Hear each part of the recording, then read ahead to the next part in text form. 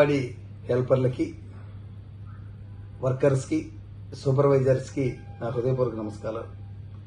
ఈరోజు రాష్ట్రంలో వ్యాప్తంగా 58,200 మంది అంగన్వాడీ హెల్పర్లు కానీ, వర్కర్లు కానీ, సూపర్వైజర్లు కానీ పనిచేస్తున్నారు. వీరందరికీ కూడా సమయానికి వేతనాలు ఇచ్చే ప్రభుత్వం మన ఎన్డీఏ ప్రభుత్వంలో జరుగుతుంది.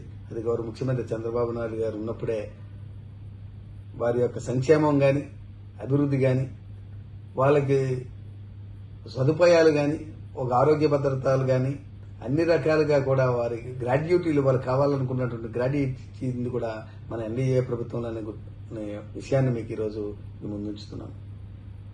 ఈరోజు దేశంలో అత్యధికంగా గౌరవ వేతనాలు ఇస్తున్నటువంటి రాష్ట్రాల్లో మన ఆంధ్రప్రదేశ్ కూడా ఒకటని ఈ సందర్భంగా మీ అందరికీ నేను తెలియజేస్తున్నాను.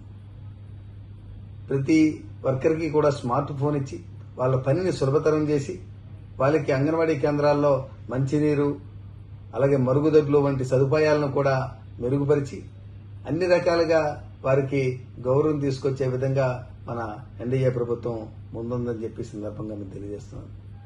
అదేవిధంగా మన ఆంధ్రప్రదేశ్ యొక్క రాష్ట్ర ఆర్థిక పరిస్థితి కూడా మీ అందరికీ తెలుసు. అప్పులు ఊబులో నుంచి ఇప్పుడిప్పుడే బయటకు వస్తూ మనం గత 5 సంవత్సరాల్లో వారు చేసినటువంటి అప్పులన్నింటినీ కూడా తీర్చుకుంటూ వాటికి వడ్డీలు కట్టుకుంటూ ఎన్ని ఆర్థిక ఇబ్బందులు ఉన్నప్పుడు కూడా ప్రభుత్వ ఉద్యోగులందరికీ 1వ తేదీకే జీతాలు చెల్లించే అటువంటి నమ్మకమైన ప్రభుత్వం మన ఎన్డీఏ ప్రభుత్వం.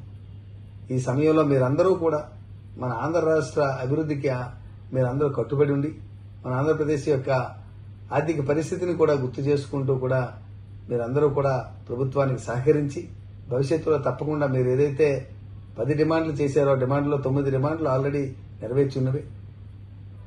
మళ్ళీ గౌరవ వేతనాన్ని పెంచే విధంగా కూడా మీరు అడుగుతున్నటువంటి డిమాండ్ ఏదైతే ఉందో భవిష్యత్తులో తప్పకుండా మన గౌరవ ముఖ్యమంత్రి చంద్రబాబు నాయుడు గారు మన ఎన్డీఏ ప్రభుత్వ సమయంలో తప్పకుండా మీ అందరికీ గౌరవ వేతనం పెంచే విషయాన్ని కూడా అమలు చేసే విషయాన్ని కూడా మన ప్రభుత్వం పరిశీలిస్తుందని చెప్పి మీకు తెలియజేసుకుంటూ మరొకసారి మీ అందరిని రిక్వెస్ట్ చేసేది మన ఆంధ్రప్రదేశ్ అభివృద్ధి వికసిత్ భారత్ 2047 కానీ అలాగే విజన్ 2047 కానీ జరగాలంటే అందులో మీరు కూడా భాగం మీ యొక్క సహాయ సహకారాలు ప్రభుత్వంకి అందించాలని చెప్పి మీ అందరినీ కోరుకుంటున్నాను. నమస్కారం.